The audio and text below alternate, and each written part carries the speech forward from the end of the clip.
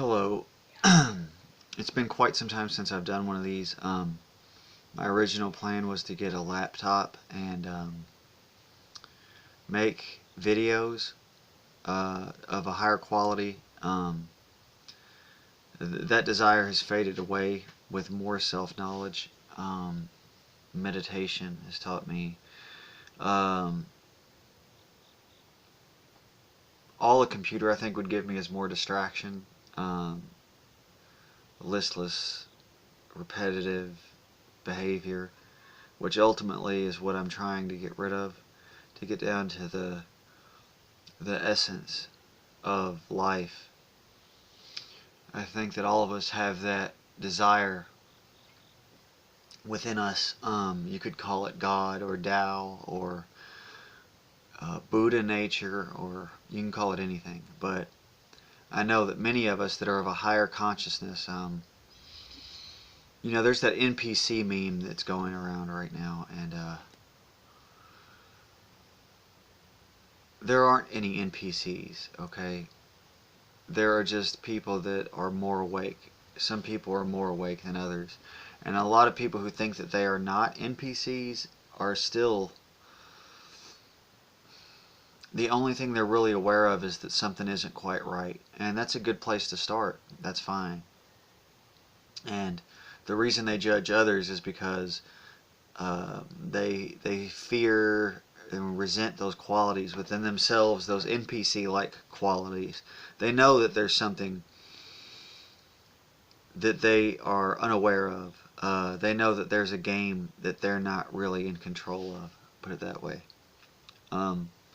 So yeah, ultimately the idea is to break thought patterns, behavior patterns, and get down to who are you really? Who are any of us really? What's this all about, right? And not why, but just experiencing it objectively. So I decided to quit taking my Suboxone. It's been an odd struggle. So that's what this video is going to be about. I decided that my words are good enough. I don't need fancy editing or anything like that. I'm really not interested in it anymore. I decided to quit Suboxone, and this is how I'm doing it.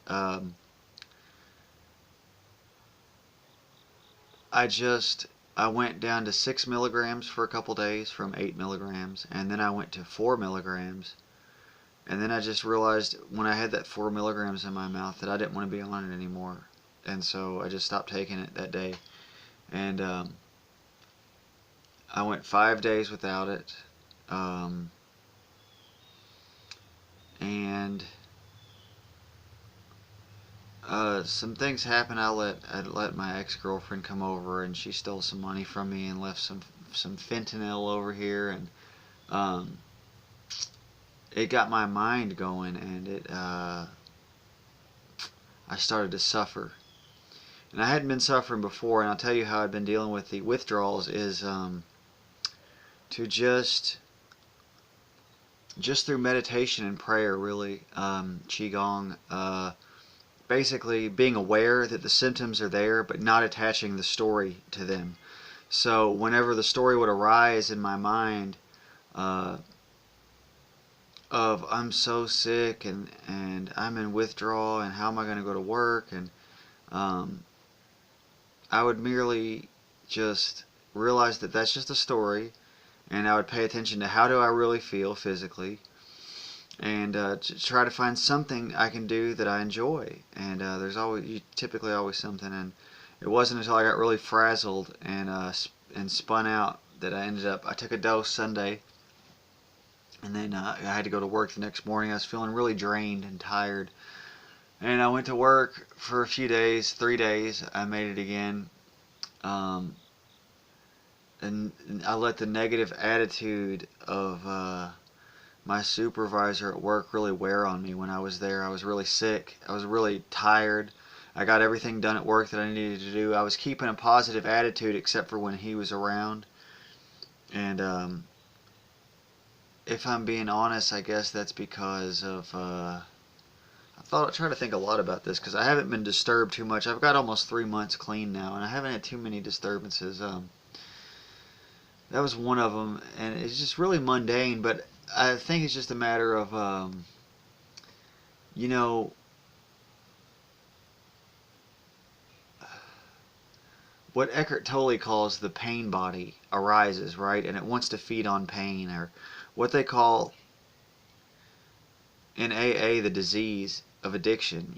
It wants to feed on pain, and so it'll find ways of arising. It will attach to the most mundane things, but those are always based off of anywhere that it arises. There's always some reason, some fear or insecurity, and you have to dig down deep to find what those are. And this process has really humbled me because I was like, man, I've got this. I can mind over matter this. I'm not like other people. I'm stronger than other people. And when I broke down and took that Suboxone Sunday, that helped me more than anything because I realized I had to humble myself. I wasn't going to be able to tell this story of being this Iron Man who was able to do it without weaning down. And if I'm being honest, I'd already started weaning down before that. Um, so you can hear me sniffling a little bit right now, but I'm okay. So anyway, if I'm being honest, like there was some fear there about me being sick. There was some, I wanted some,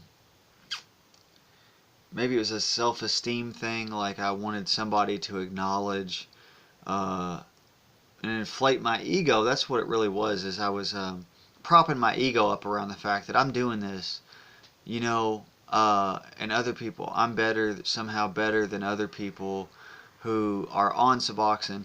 But then at the same time, I know one of my not primary motivators, but I will say, let me put it a totally different way. My motivation to quit Suboxone was because I don't want to be on it. I want to be able to feel my body and my emotions and my spirit and deal with them now as they are without a crutch, because it surely is a crutch. I will say this, however, it's disconnected me from my fellows because my sober fellows in AA, I'm ashamed to tell anybody that I'm on it. I'm ashamed to get close to anybody, etc., etc. I'm afraid they're going to say, well, he's not really the real deal. And honestly, it makes me feel like I'm not a good representation of my higher power, my higher self, whatever.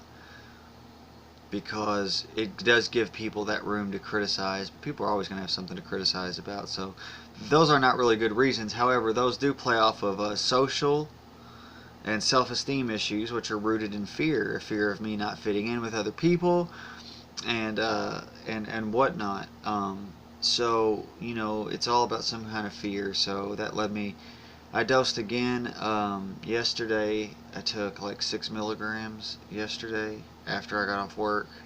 I was just beat down, and I haven't taken anything today, and I'm okay today. And I'm not going to take any Suboxone today, and probably not tomorrow. I can't say for sure tomorrow. See, I feel I'm not going to take any in the morning. I know I'll be able to sleep tonight, and I'll get up in the morning, and I'll be okay. We'll see tomorrow after I get off work. I should be okay. But yeah, so I'm just skipping days until I can't stand it anymore. And then, some people don't kick like that. Some people just want to wean down and stop. That's just never worked for me. It has never, ever worked for me. The only thing that works for me is when I decided to stop, and then when I can't take it anymore, to use. I've kicked heroin like this, so I kicked methadone like this and stayed clean for 2 years. So this is what works for me. So this is what I'm doing. I just listen to my body. I do what's natural. I've quit smoking cigarettes. I've quit drinking coffee for the most part, although I gave up coffee and sugar until I decided to stop taking the Suboxone, and then I'll let myself have like maybe a little bit of sugar during work and a little bit of coffee if I'm really just flat, dead, drained of energy. So removing those things is good. Masturbation and pornography are something that I had removed from my life that have also returned as I was laying there like day 3 or 4 in withdrawal, you know, and that drained me of energy further. I think that's a bad idea. Personally, I think it's a very bad idea. I know it feels good, and it does make you feel better for the moment. You know, it kind of clears your mind and makes your body feel better when you're restless and in a lot of pain. But I wouldn't recommend it during withdrawals. I wouldn't recommend it at all ever to anyone, honestly, especially pornography. But anyway, that's never been an issue with me, really. Sex has been. Masturbation was when I was younger, but I was never really big on pornography. Luckily, I grew up without the internet, but I'm sure I would have been had I been during them hormonal years. But anyway, so yeah, a lot of meditation. I slacked off on my meditation too when I was sick, and my qigong, and um, that had the effect of me. I began to believe the stories that my mind began to tell me, and you can't do that. I can't do that. I cannot listen to the head. In AA, we call it the carousel or the circus mind. In Zen Buddhism, they call it the monkey mind. You know, it'll just go. And as addicts, our brains are wired wrong from drug abuse and alcohol abuse, so that when we put drug or drink in us, you know, it's wired in us to the survival part of the brain, you know, the amygdala and whatnot. So it goes to like food, sex, fear of death, that kind of system, you know, and that's not good for us. So we can't listen to the mind too much. You are not your thoughts. You know, you are not your thoughts. So, you know, my mind did tell me to go use. It told me to use that fentanyl that was in front of me, and I almost did. And then I was like, no, I don't have to do this, and I threw it away. And I was sick too. I was probably 3 or 4 days sick, 5 days, something like that. Anyway, you don't have to do things that your brain tells you to do. You know, that's what meditation is meditation is it is a defense against the worst idea that you'll ever have. You know, and some of us get some bad ideas, and a lot of actions are preceded with thoughts for most people. For the NPC type of people, actions are preceded by thoughts, and often they aren't even their own thoughts. That's really where that's where they started calling them NPCs, is people whose actions are preceded by the thoughts of others or the thoughts of the group or whatever. But what those people who are name calling don't realize is that your own actions are dominated by your own thoughts and conditioning and preconceived notions. No matter how objective you think you are not objective. There is, if you are in thought, you are not objective. I mean, period. If you're using the intellect trying to dissect something intellectually, there's always two sides to everything. There's always a yin and a yang. There's a balance in life, and the intellect dissects and names, and that's all it does. It does not unify. You know, that comes from the heart and from the real light of consciousness, the real you, the awareness behind the mind. The observer of thought. You know, just learn to observe thought. Get out in nature. You're not your thoughts. I can't recommend meditation enough. It's changed my life so much for the better, and really that is a motivator for me to quit Suboxone, is just to be a testament to how powerful meditation is. And so that's what I'm doing, and I'm making this video. I don't know why. I just got done meditating, and I just walked in and made this. I didn't really have any thought about it beforehand. So this is really just stream of consciousness.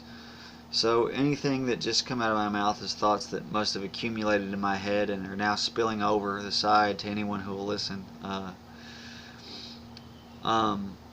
So as always, I thank you all. I love you. I'm sorry I haven't been making any videos. I was ambivalent. I didn't know what I wanted to do.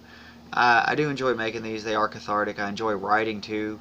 I'll tell you what this does. Writing and vlogging, I realized this in a meditation the other day. It keeps me from having these conversations in my head with people, you know, or talking too much to people, which drains your energy. you know how when you talk to somebody, they have no idea what the fuck you're talking about, or pardon my French, anything. Conversations with people can be very draining. So I try to conserve my energy, especially for this kick. And writing gets those thoughts out of my head. It clears my mind, especially for meditation or for whatever task is at hand. It gives me more energy once I get it out.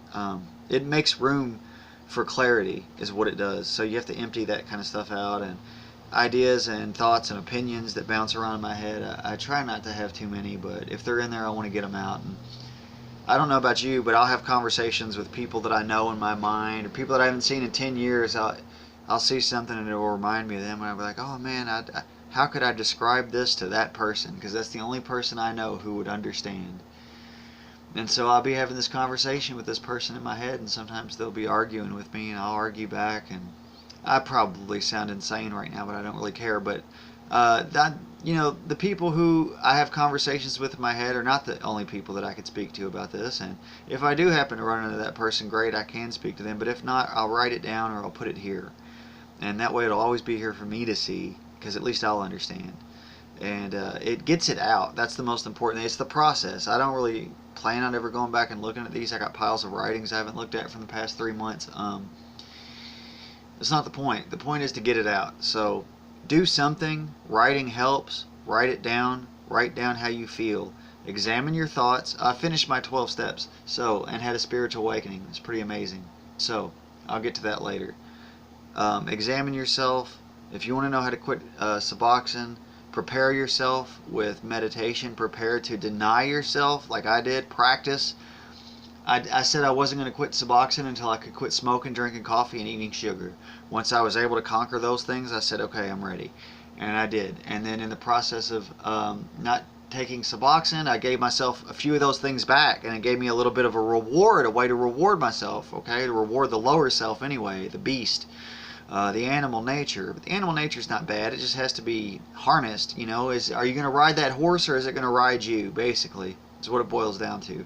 So whether it be sex, cookies, what the fuck ever, insecurity, social relationships, money, security, whatever it is that you're dealing with, drugs, alcohol, you've got to learn to disidentify with your thoughts and those thought patterns. A good way to do that is to write it down, take a look at it. If you want to get off Suboxone, make sure that you can control yourself and disidentify from those patterns and feelings that arise, turn into thoughts. Once you can do that, then you can cold turkey it or wean yourself down, or however you feel comfortable with. Whatever you got to do, I'd recommend doing it, because Suboxone is a crutch. A crutch is not a bad thing. A crutch is fine. For somebody with a broken leg, a crutch is fine. I mean, you wouldn't judge somebody walking on a crutch, but eventually, you need to be in physical therapy and learning to walk on your own again. And when you're walking with a crutch, don't think you're as healthy as the man who's worked for it, who used to walk on a crutch, or never had a crutch, but worked hard and he can walk. Somebody who's got the same disease as you do. So I hope that metaphor wasn't too foolishly obvious, but so yeah, I'm gonna leave that here. I've ran on too long. So I love you guys, and I will talk to you later. Bye.